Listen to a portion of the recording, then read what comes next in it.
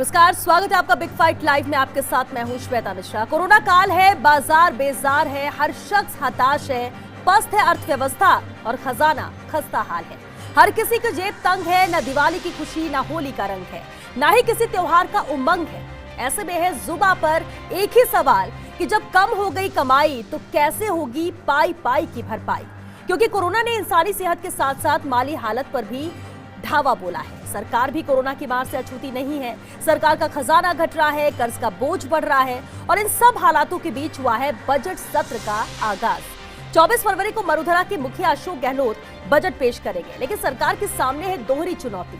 न तो सरकार आम जन के साथ साथ उद्योगों पर कर का बोझ डाल सकती है और न ही लोक कल्याणकारी योजनाओं को टाल सकती है। वहीं हर किसी को है राहत और सौगातों का इंतजार। ऐसे में हर किसी को थी जादूगरी की उम्मीद। सीएम गहलोत के गंभीर प्रयासों का ही नतीजा है कि पिछले 5 महीनों में राजस्व अर्जन के मोर्चे पर सरकार ने काफी अच्छा प्रदर्शन किया है। कोरोना से हुए नुकसान की भी कुछ हद तक पूर्ति कर ली गई है। लिहाजा बजट से राहत की आस के साथ साथ सौगातों की बरसात की उम्मीद बढ़ गई है। तो क्या मान लिया जाए ये है उम्मीदों का बजट सत्र।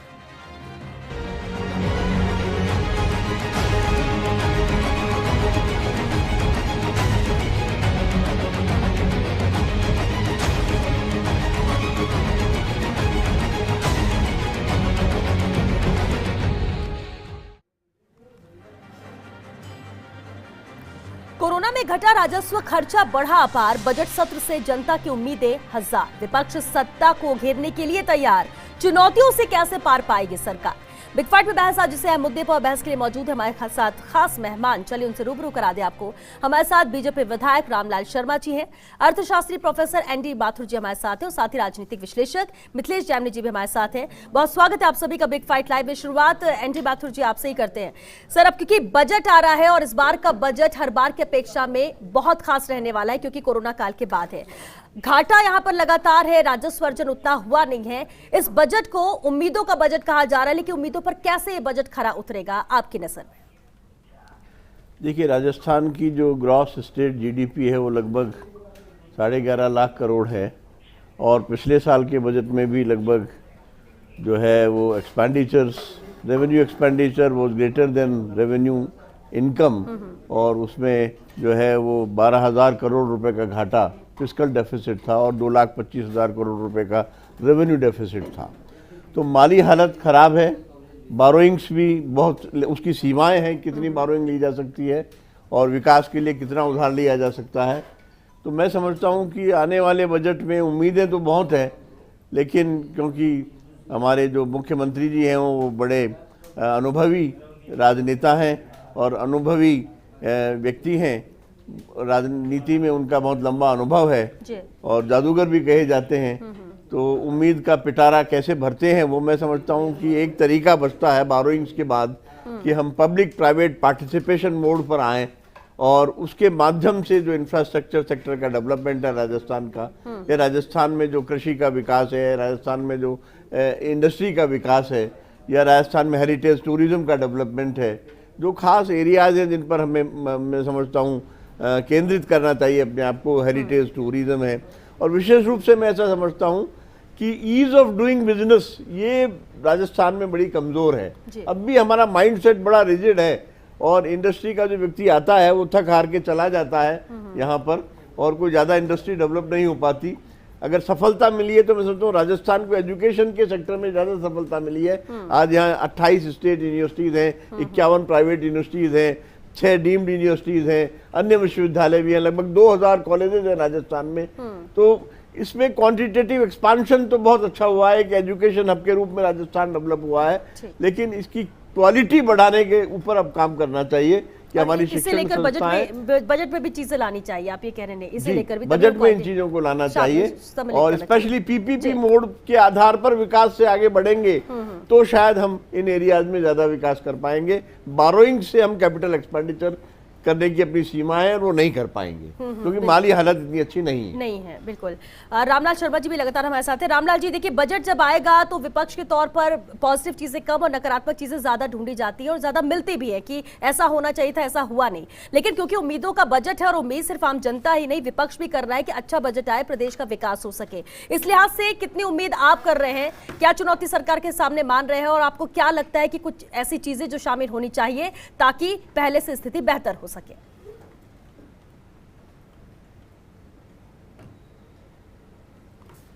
देखिए श्वेता जी, सबसे पहले तो मैं कहूंगा कि राजस्थान की सरकार बनने के बाद में जो इन्होंने वादे किए थे वो वादे धरातल के ऊपर दिखाई नहीं देते और उन वादों करने के लिए भारतीय जनता पार्टी ने तो कहा भी नहीं था इनसे कि आप लोक लुभावनी घोषणाएं करिए, बड़े बड़े वादे आप करो।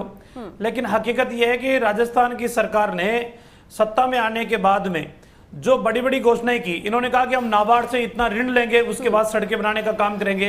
इन्होंने कहा कि हम किसान कोष का 1000 करोड़ का गठन करेंगे, उसके बाद में किसानों के वेलफेयर की योजना करेंगे।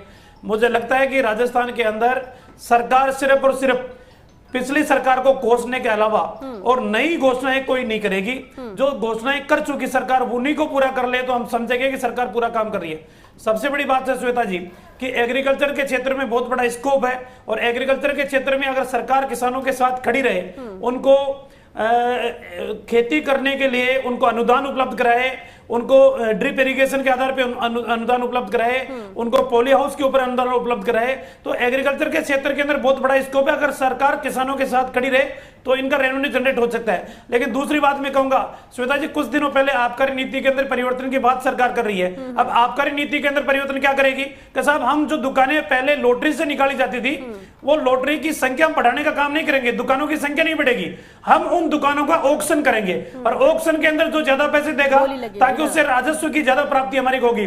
तो एक तरफ तो यह है कि राजस्थान के अंदर जो बेरोजगार युवा थे जो लॉटरी के माध्यम से रोजगार प्राप्त कर सकते थे, उन बेरोजगार युवाओं के ऊपर भी कुठाराघात करने के लिए सरकार प्रयास कर रही है। और जो पहले भारतीय जनता पार्टी की सरकार के समय शराब माफियाओं के तंत्र को तोड़ने का काम किया था, राजस्थान के अंदर पुनः शराब माफियाओं को हावी करने का काम सरकार कर रही है।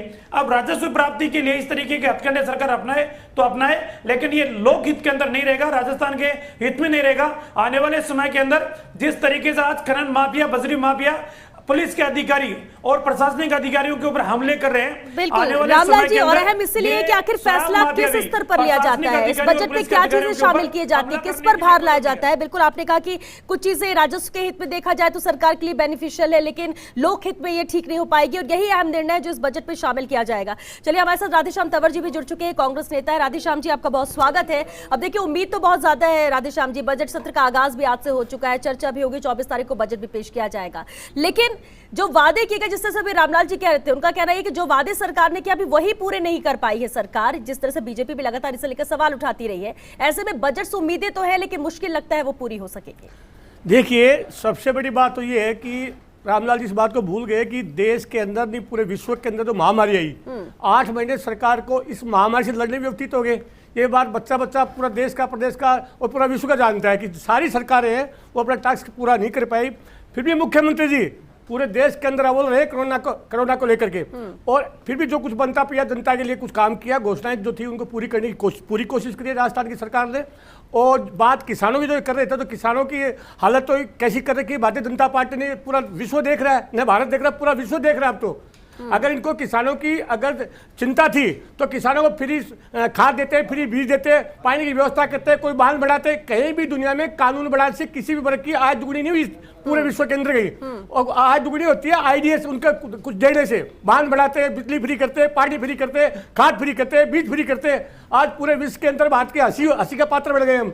क्या है, इतने बड़े हतरमी हो गए मोदी जी जो किसानों से बातचीत करके उनका ये धरना खत्म नहीं कर सकते थे। चलिए, आज तो पीएम ने आश्वस्त किया ना कि जल्द से जल्द वार्ता हो जाएगी, बातचीत हो जाएगी, समाधान निकल जाएगा। बिल्कुल सही है कि लंबा वक्त हो गया आंदोलन को चलते हुए, लेकिन देखिए कोशिश फिर हर कोई कर रहे हैं, सवाल भी उठाए जा रहे हैं, वो एक अलग मैटर है। लेकिन बजट को लेकर प्रदेश के किसानों को भी उम्मीदें हैं सरकार कुछ कर सके। राधेश्याम जी, सरकार ने कितना किसानों का कर्जा माफ किया है, वित्तीय स्थिति खराब होने के बाद में भी सरकार ने किसानों का कर्जा माफ किया है, पहली बात।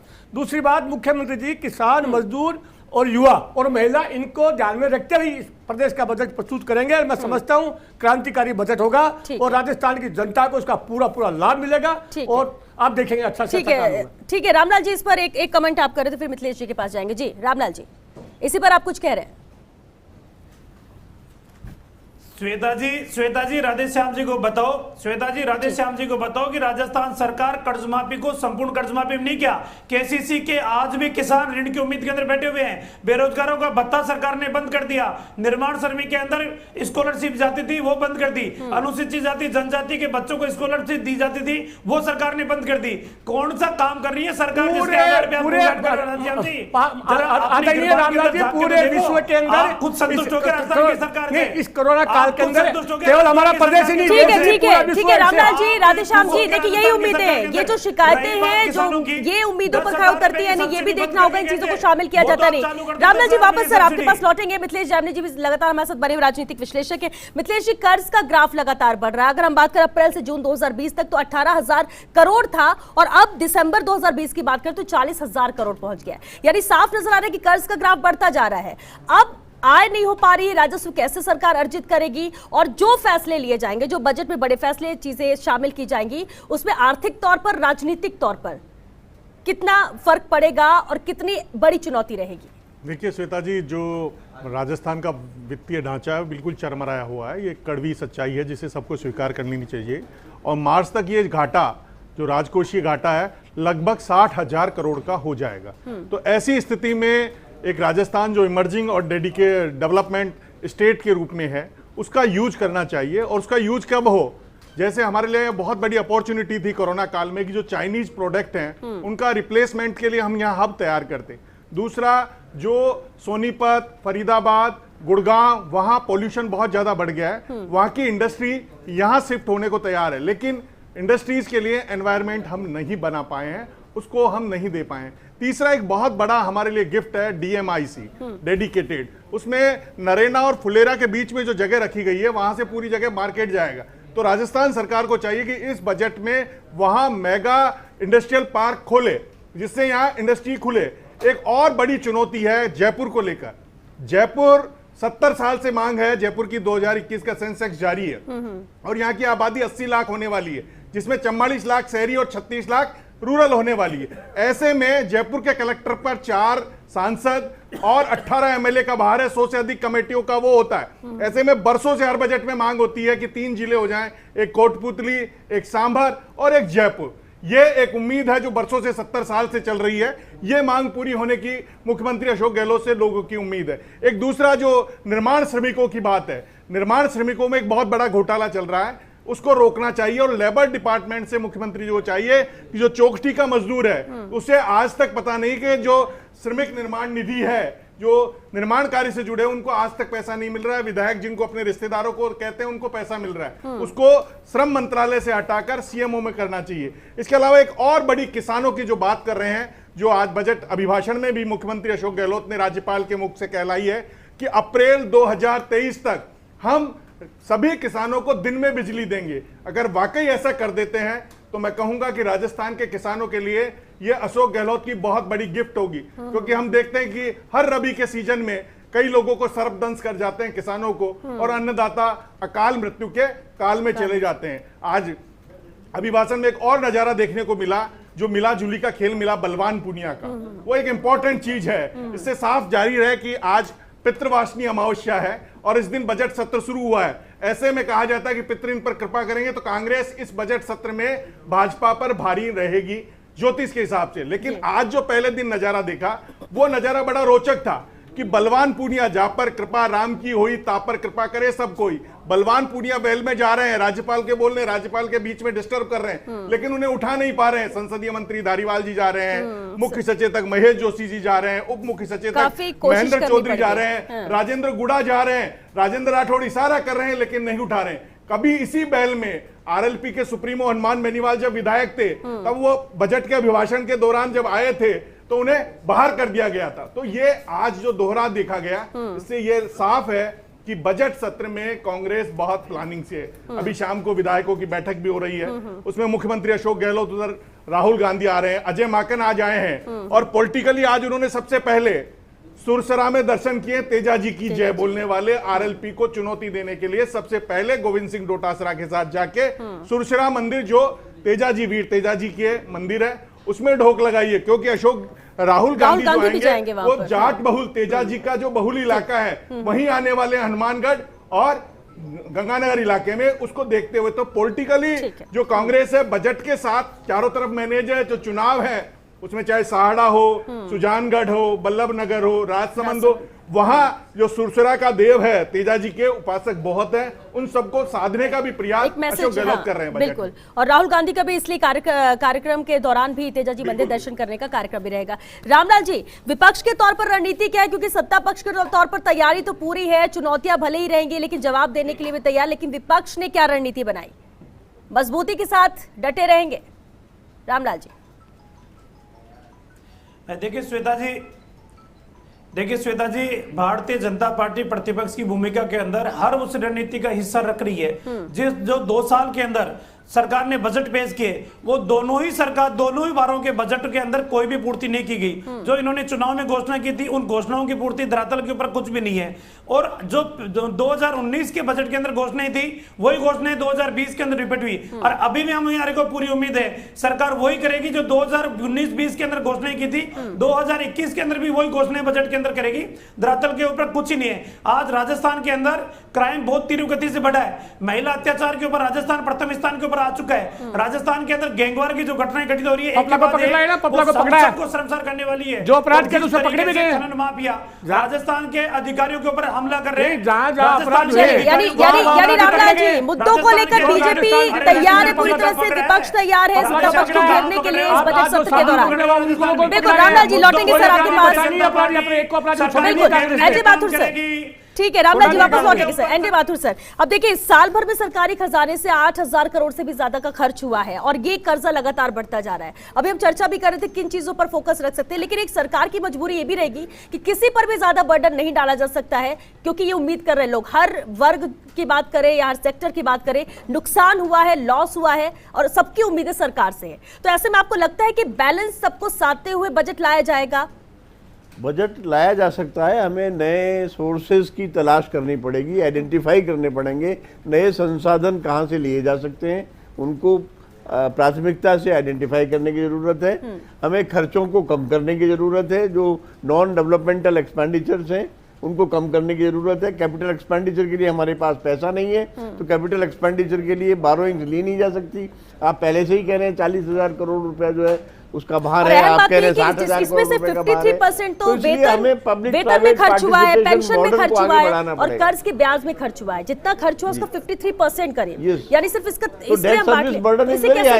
ऐसे में पब्लिक प्राइवेट पार्टिसिपेशन मोड को आगे लेते हुए, वोट बूट बू सिस्टम को आगे लेते हुए हम इंडस्ट्रियल सेक्टर को आगे बढ़ाएं, और इंडस्ट्री में भी उन इंडस्ट्रीज को आगे बढ़ाएं जिनके फॉरवर्ड लिंकेजेस और बैकवर्ड लिंकेजेस ज्यादा हो।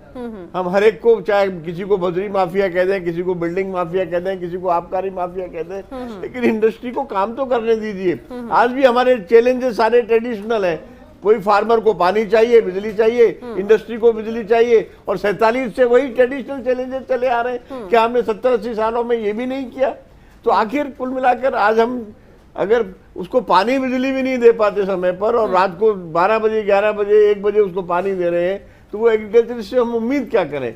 तो हमें जो है नए संसाधनों की तलाश करनी पड़ेगी, हमारे रेवेन्यू एक्सपेंडिचर को कम करना पड़ेगा, कैपिटल एक्सपेंडिचर को बढ़ाने के लिए फॉरवर्ड लिंकेजेस और बैकवर्ड लिंकेजेस वाले उद्योगों को बढ़ावा देना पड़ेगा, और जो ऑलरेडी हमारे एस्टैब्लिश हब्स हैं, चाहे वो एजुकेशन है, हेल्थ सेक्टर में राजस्थान में बड़ा अच्छा काम हुआ है, तो इसको आगे पनपाने की जरूरत है। एक्सेप्ट कोटा को छोड़ करके जहाँ दोबारा से घटना हुई चाइल्ड डेथ्स की, जो नहीं होनी चाहिए, स्पेशली ऐसे सर्कमस्टांसेस में जब हमने हेल्थ में काफी प्रगति की है, और स्पेशली मुख्यमंत्री निःशुल्क दवा योजना जो बड़ी अच्छी योजना थी, जिसको बेसिकली हमने राजनीतिक चर्चा के लिए अननेसेसरी उससे छेड़छाड़ की, लेकिन बड़ी अच्छी योजना थी। तो स्वास्थ्य के क्षेत्र में बड़ा अच्छा काम हुआ है, कोटा वाले एक मामले को छोड़ करके। तो हमें इस तरह से आगे बढ़ना चाहिए, और मैं समझता हूँ राजस्थान प्रगति के पथ पर अग्रसर होगा अगर हम नए संसाधनों की तलाश करेंगे, खर्चों को कम करेंगे और पीपीपी मोड से राजस्थान को आगे ले जाएंगे। बिल्कुल, तो बहुत हद तक बैलेंस और ट्रैक पे चीजें आ सकती है जो अभी बहुत ज्यादा लॉस में चल रही है। मिथिलेश जी, देखिए उम्मीद हर कोई कर सकता है, जब किसी से मिलना होता है तो उम्मीद हम हर लेवल की कर सकते हैं कि हमें ये चीज होना चाहिए, हर सेक्टर की हम बात कर रहे हैं। और जिसे काम करना होता है वो भी दिल खोलकर तब करता है जब हाथ में पैसे होते हैं, तो हम हर चीज को, हर किसी को कुछ दे सके जो वो चाह रहा है। लेकिन जब जेब खाली हो, खजाना खाली हो, कर्ज लगातार बढ़ रहा हो, राजस्व आ नहीं रहा हो, और एफआरबीएम की रिपोर्ट भी जो साफ कह रही है कि कहां पर कितना फायदा और कहां पर लॉस में ज्यादा रही है, इन सब चीजों को देखते हुए कितनी भी कोशिश करें, कि आपको लगता है कि उम्मीदों पर एक खरा उतर सकेगा बजट, हर चीजों को कवर अप किया जा सकेगा, जबकि जो वादे किए गए तो उनको भी पूरा करना है और कर रही है सरकार, लेकिन सब एक ही केंद्र पर आकर रुकता है, पैसा कितना है। और दूसरी बात, जीएसटी कलेक्शन को लेकर जिस तरह से केंद्र से पैसा नहीं आ रहा, बार बार राज्य सरकार ये बातें कहती है, इन सब को देखते हुए कि आपको लगता है कि ये चुनौती बहुत बड़ी है और इसे पार पा जाना बहुत मुश्किल सरकार के लिए भी होगा? देखिए, निश्चित रूप से आर्थिक जो विषम परिस्थितियां हैं उसमें विकास के पहिए पर राज्य को चलाना बेहद चुनौतीपूर्ण कार्य है, जिसे अशोक गहलोत को निभाना है। ये अशोक गहलोत के सामने एक बिग चैलेंज है और अब तक के 3 मुख्यमंत्री कार्यकाल में सबसे बड़ा चैलेंज है, क्योंकि एक माँ लक्ष्मी की आरती में एक कहानी आती कि जिस घर में तेरा वासा मन नहीं घबराता। अब यहाँ मन तो घबराएगा, आप बोलेंगे तो आपको पता है मेरे पॉकेट में कुछ नहीं है। तो अशोक गहलोत के सामने एक बड़ी चुनौती है। लेकिन जैसे ट्रेड और इंडस्ट्रीज पे छोटे छोटे कई टैक्स लगा रखे हैं, उनको हटाना पड़ेगा। जैसे एक 2 रुपए प्रति वर्ग मीटर का टैक्स है कि अगर 10,000 मीटर कोई फैक्ट्री है तो 20,000 रुपए लिए जाते हैं। ऐसे कई ऐसे जो पॉकेट्स हैं जिससे इंडस्ट्री डेवलपमेंट में नेगेटिव ग्रोथ आ रही है, इनकम टैक्स रिटर्न लोगों की नहीं जा रही है। जीएसटी वाला एक बहुत बड़ा इश्यू कि स्टेट का जो शेयर है वो सेंट्रल से नहीं मिल रहा है, उसमें भी प्रॉब्लम है। लेकिन एक बहुत बड़ा सोल्यूशन अशोक गहलोत दे सकते हैं, क्योंकि वो मैनेज करना जानते हैं। उन्होंने विषम परिस्थिति में कोरोना काल में 70,000 तक आरटीपीसीआर की जांचें पहुंचाई है और 33 करोड़ के लगभग जांचें करवाई है। तो ऐसे में अशोक गहलोत चैलेंज लेते हैं। जब भी विषम परिस्थिति होती है, जब अकाल पड़ा था तब भी अशोक गहलोत निखर कर सामने आए थे। तो अशोक गहलोत में एक हैबिट है कि वो चैलेंजिंग पर्सनालिटी है और हौसलों की उड़ान है। जो कभी वसुंधरा राजे कहा करती थी कि ये हौसलों की उड़ान है, तो ये बजट मुख्यमंत्री अशोक गहलोत के लिए हौसलों की उड़ान है। उन्हें पता है जेब में कितना पैसा है, कहां जाना है, पेंशन और तनख्वाह के अलावा देने के लिए कुछ भी चलिए, और इसलिए उम्मीद ज्यादा बढ़ जाती है। जब आपको उम्मीद होती है कि सामने वाला कर सकता है तो उम्मीदें और बढ़ जाती है।